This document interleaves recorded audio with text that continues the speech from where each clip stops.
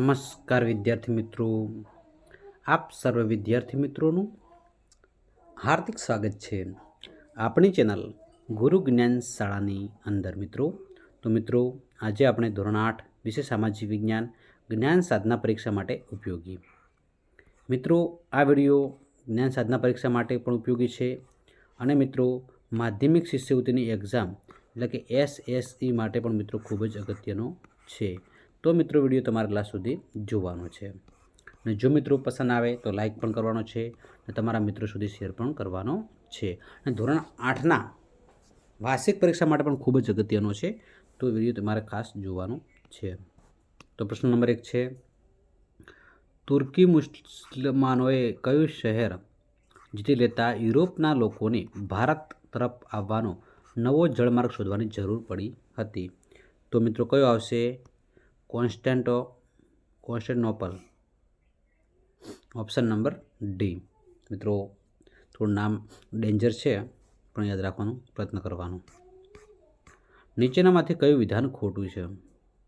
મિત્રો એ વિધાન આપ્યા છે કે ખોટું વિધાન આપણે પસંદ કરવાનું છે. ઈસવીસન 1757માં પ્લાસીનું યુદ્ધ થયું હતું, આ વિધાન સાચું છે.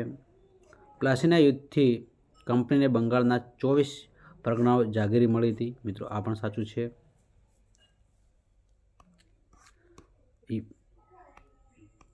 પ્લાસીના યુદ્ધથી કંપનીને બંગાળ, બિહાર અને ઓડિશા દીવાની સત્તા મળી હતી, મિત્રો આ વિધાન કેવું છે? ખોટું છે. એટલે આપણે ખોટું શોધવાનું માટે વિધાન કેવું છે તમારા માટે? સાચું છે. બંગાળના નવાબ સિરાજ ઉદ્દૌલાને પ્લાસીના યુદ્ધમાં ભાગ લીધો હતો, મિત્રો આ વિધાન પણ કેવું છે? સાચું છે. પ્રશ્ન નંબર 3 છે, ભારતમાં પ્રથમ ગવર્નર જનરલ તરીકે કોણ હતા? મિત્રો વોરન હેસ્ટિંગ હતા. કોણ હતું? Warren Hastings. ભારતમાં મુંબઈ અને ચેન્નઈ અને કોલકાતા યુનિવર્સિટીઓને કોની ભલામણથી શરૂ થઈ હતી? તો મિત્રો કોની ભલામણ હતી? ચાર્લ્સ વુડની. કોની ભલામણ હતી? ચાર્લ્સ વુડની ભલામણથી શરૂ થઈ હતી. પ્રશ્ન નંબર 5 તમારી સ્ક્રીન ઉપર છે, ભારતમાં સૌપ્રથમ કયા શહેરો વચ્ચે રેલમાર્ગ શરૂ થયો હતો? મિત્રો કોમેન્ટ બોક્સમાં કોમેન્ટ કરો. 4 ઓપ્શન તમે જોઈ શકો છો કે 4 ઓપ્શન છે ABCD, અને તમને જે યોગ્ય લાગે તમે ટીક કરી શકો છો. તો મિત્રો તમે જોઈ શકો છો કે શું આવશે મિત્રો? મુંબઈ અને થાણા વચ્ચે. પ્રશ્ન નંબર 6 છે, કેટલાક લેખકો કોને મુસ્લિમ કોમવાદજનક કહે છે? તો મિત્રો 4 ઓપ્શન છે તમે જોઈ શકો છો. તો જવાબ શું આવશે મિત્રો? લોર્ડ મિન્ટોને. ત્યારબાદ મિત્રો પ્રશ્ન નંબર 4 છે, સ્વરાજ મારો જન્મસિદ્ધ હક છે, હું એને લઈને જ જંપીશ, આ વિધાન કોનું છે? બાળ ગંગાધર ટિલકનું છે. કોનું છે? બાળ ગંગાધર ટિલક. ત્યારબાદ ગુજરાતમાં સશસ્ત્ર ક્રાંતિની ભૂમિકા કોણે તૈયાર કરી હતી? મિત્રો કોણ આવશે? અરવિંદ ઘોષે. મહર્ષિ અરવિંદ ઘોષે. Option number D is right answer.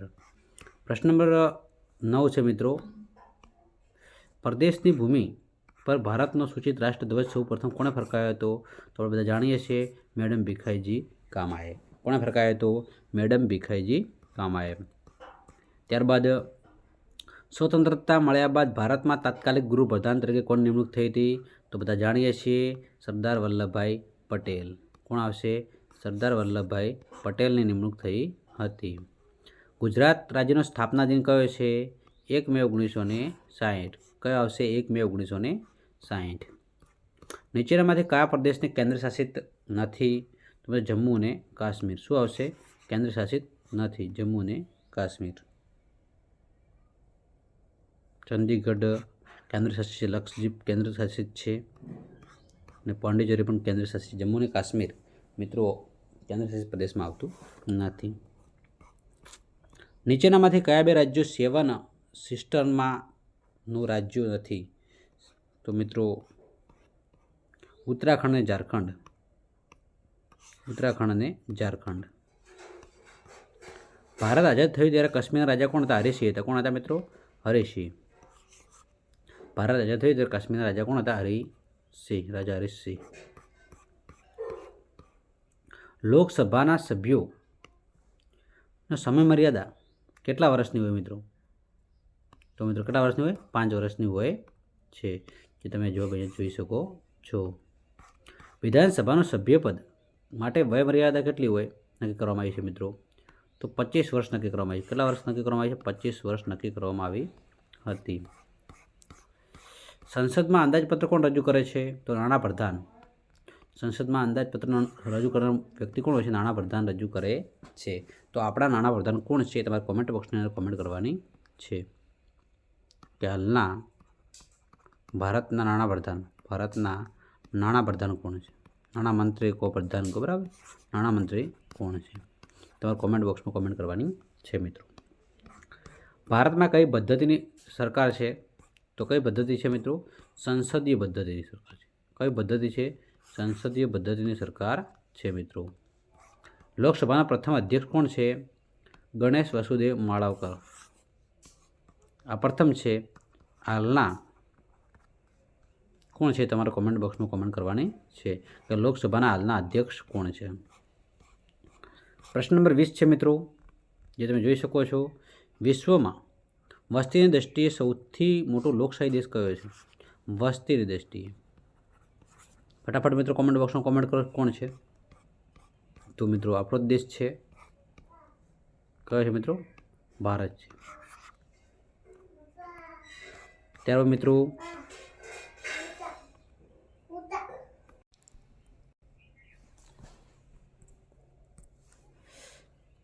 પ્રશ્ન નંબર 21 છે. આપણા દેશના સાર્વત્રિક પુખ્ત વય મતાધિકારમાં સિદ્ધાંત સ્વીકારવામાં આવ્યો છે. તો મિત્રો વ્યક્તિ દીઠ તમે એક મત આપી શકો છો.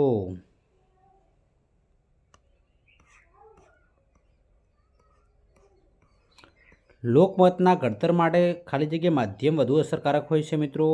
તો મુદ્રિત માધ્યમ સૌથી અગત્યનું હોય છે. મુદ્રિત માધ્યમ. કયું માધ્યમ આવશે મિત્રો? મુદ્રિત માધ્યમ. ઈવીએમનું પૂરું નામ મિત્રો જણાવો. ઈવીએમનું પૂરું નામ જણાવો ફટાફટ મિત્રો કોમેન્ટ બોક્સમાં કોમેન્ટ કરો. Electronic voting machine. શું આવશે મિત્રો? Electronic voting machine. સંસદીય સરકાર સંપૂર્ણપણે કોને જવાબદાર છે? તો મિત્રો સંપૂર્ણપણે કોને જવાબદાર છે? લોકસભાને જવાબદાર છે. લોકસભા.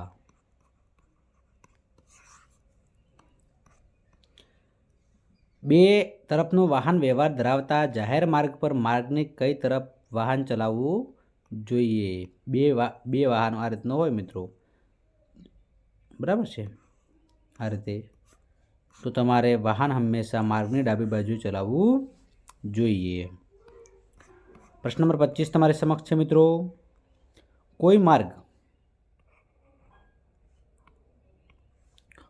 માર્ગ પર એક કરતાં વધુ લેન હોય ત્યારે ભારે વાહન કઈ બાજુ ચલાવવું જોઈએ? તો માર્ગની ડાબી બાજુએ જ ચલાવવું જોઈએ ભાઈ. ભારે વાહન હોય, એક કરતાં વધારે માર્ગ હોય છતાંય પણ ભારે વાહન માર્ગની ડાબી બાજુ તમારે ચલાવવું જોઈએ. કેવા વાહનો આગળ જતાં અગ્રતા આપવી? તો સ્વાભાવિક છે, આપાતકાલીન વાહનને આગળ જવા માટે અગ્રતા તમારે આપવી જોઈએ. આપાતકાલીન. ડાબી તરફ જતા માર્ગમાં વાહન ચાલકે કઈ લેનમાં આવી જવું જોઈએ? પોતાની ડાબી તરફની લેનમાં જ તમારે આવી જવું જોઈએ મિત્રો.